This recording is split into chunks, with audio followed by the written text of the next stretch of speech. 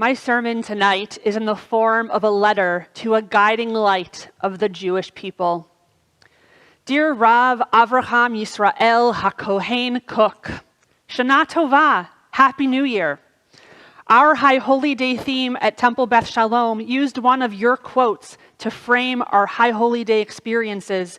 Hayashan yitchadesh v'hech hadash yitkadesh. The old shall be renewed, and the new shall be made holy. You wrote these words in a letter to Moshe Zeidel in 1908. My clergy colleagues and I selected your quote because our world is in month 19 of a global pandemic, and we thought carefully about who we are, where we have been this past year, and where we want to be, and your words felt right. You remind us of the importance of Judaism and its breadth and depth. You also encourage us to take hold of the opportunity that the present and future offer to innovate and to make holy. With a passing glance, this could almost seem to be about our Reform Judaism. You likely would not have liked it or intended it that way. However, you are a radical, and your writings and life have much to teach us. Let me back up just a little. You, Rav Cook, were born in 1865 in Griva, Latvia. As a child, you were identified as an Ilui, a rabbinic wonderkind who could memorize Talmudic passages with ease and impress elders with your memory. From a young age, God's light shone through you. Your formal learning took place in Lithuania at the great Volozhin Yeshiva, where you were also there known as a prodigy.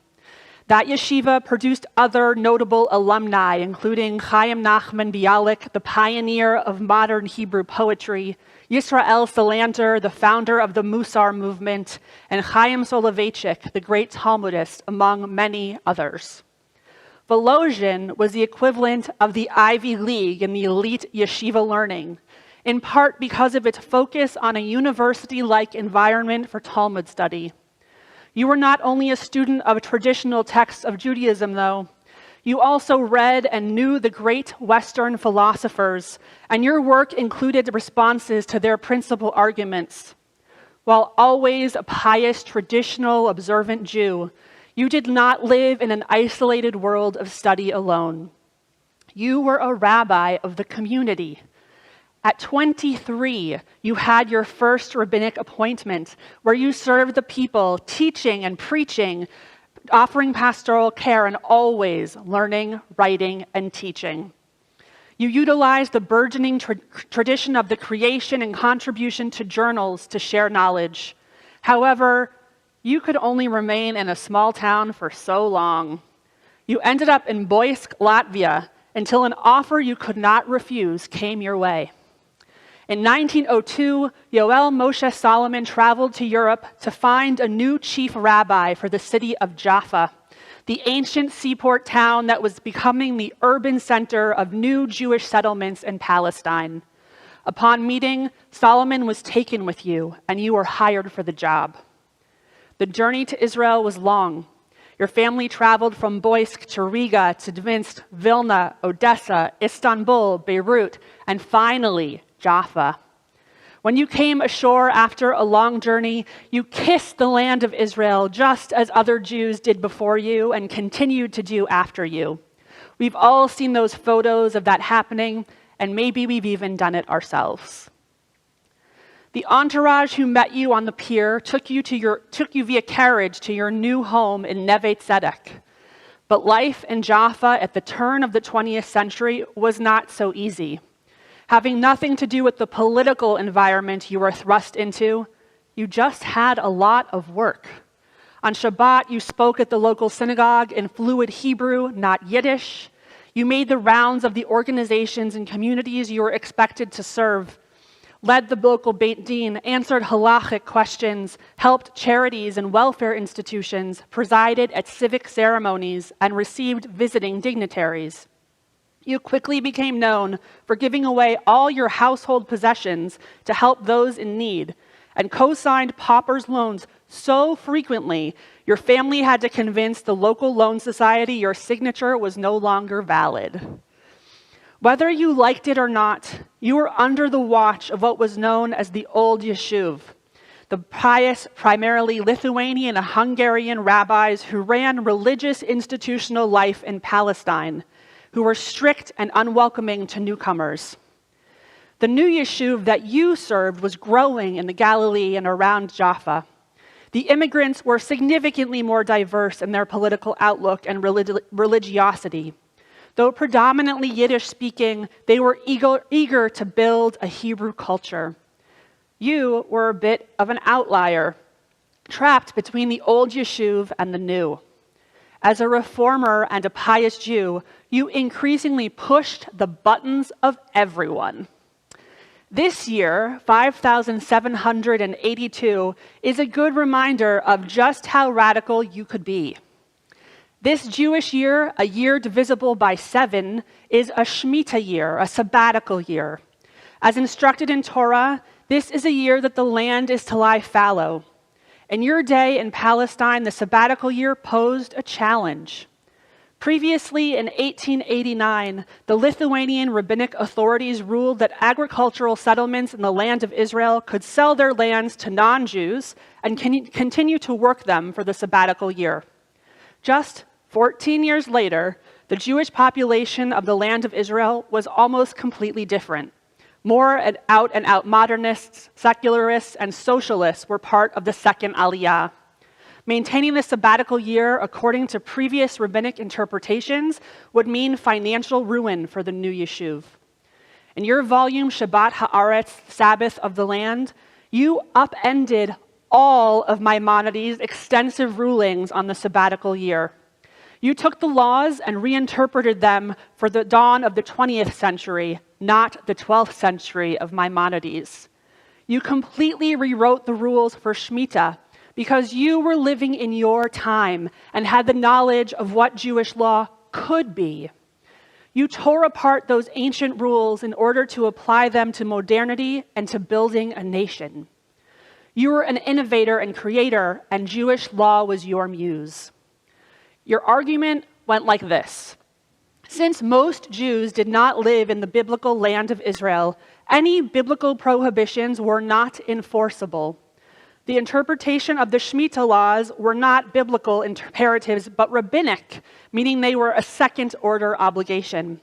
Second-order obligations are often overruled by the precedents of the first-order biblical law. For the Jews to live in the land of Israel was more important. And in order for Jews to live successfully, they could not adhere to the laws of Shemitah without incurring socioeconomic injury. You were very clear. You desired for everyone to observe the sabbatical year, so your rulings did not relax everything. Your radical reform was focused on your vested interest in the Jewish future in Israel. You could see that future and understood the importance of Jewish law needed for it to thrive. For this decision, you were raked over the coals by other rabbis with different opinions, and it crystallized your place in the new Yeshuv, who would become nation builders, who were grateful to you and for your belief in Zionism. Rav Kook, in this way you embodied your teaching about making the new holy. You were able to authentically translate Jewish law for the time in which you found yourself, without sacrificing anything from the power and force of the past. My world in 5,782 in the United States is a world you could not even begin to imagine. As Reformed Jews, this congregation and I do not live with strict adherence to Jewish law like you did. We used Jewish law and tradition to inform our choices while living fully in the 21st century. And we are fortunate that our community is comprised of a diversity of people. The Pew Research Center recently produced their report of Jewish Americans in 2020. We now know that there are approximately 7.5 million Jews, including children, living in the United States today. 1.7% of those Jews identify with the Jewish religion, and 0.6% say that they are Jews of no religion. The Reform movement that my congregation and I are members of is still the largest denomination in America. But And there's a big but. The largest segment of Reform Jews are 65 and older. Only 29% of Jews 18 to 29 years of age identify as Reform. Among those 18 to 29-year-olds, Orthodox Judaism is the largest denomination, but the largest grouping in that age range are the 41% of young adults who identify with no particular religion. Our Jewish community is changing, and this will impact our Jewish future. Rav Kook, I believe our strength is in our diversity.